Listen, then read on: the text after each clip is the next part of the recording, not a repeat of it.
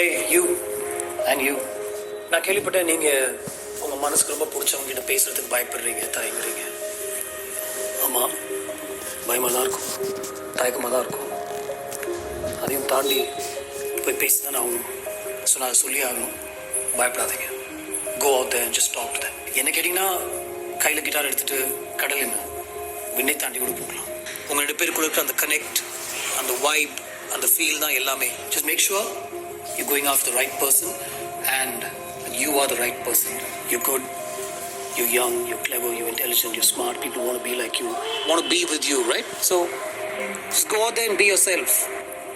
He, she, they will like you. So go out there and make some magic.